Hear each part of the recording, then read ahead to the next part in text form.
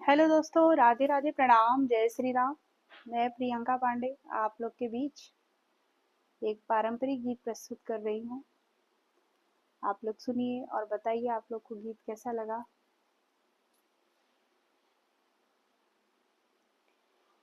एक ही रे घरवा के एक परिवारवा,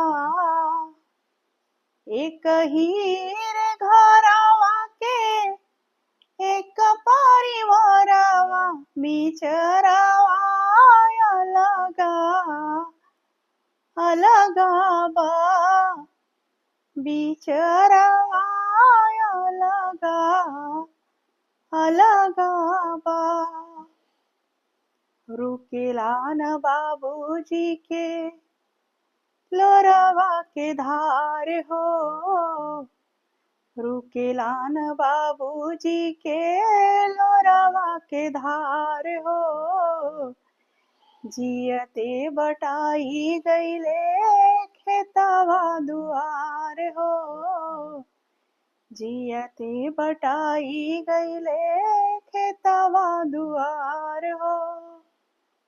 सब का के पोसी देले ए गुड़िया चरावा, सब का के पोसी देले ए गुड़िया चरावा, बिचरवा अलगा अलगा बा, बिचरवा अलगा अलगा बा, असरवा अलगा अलगा बा।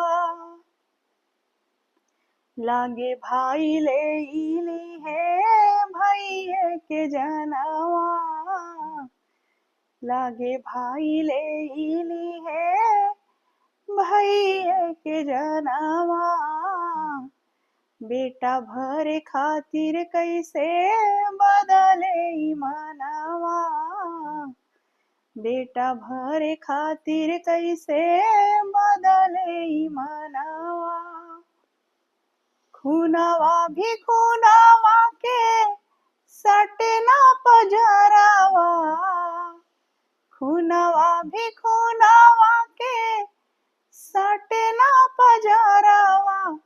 नजरवा अलगा अलगा बा, बिचरवा अलगा अलगा बा।